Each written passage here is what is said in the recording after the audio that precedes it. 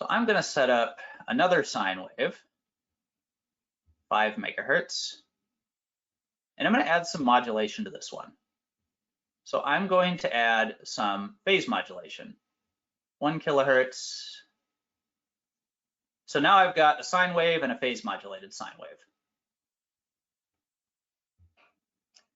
And so if I turn on that second event counter, I'm going to count the events on input B.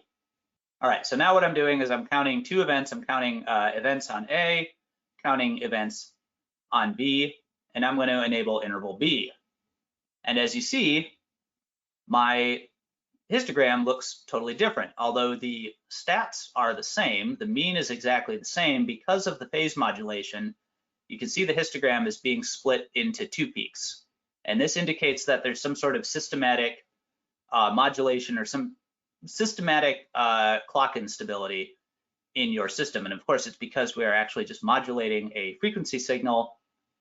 But this is a way of determining in real time, what the properties of your oscillator are. So even though you can look at the statistics, it doesn't quite tell the whole picture, which is the advantage of having these histograms live and in real time.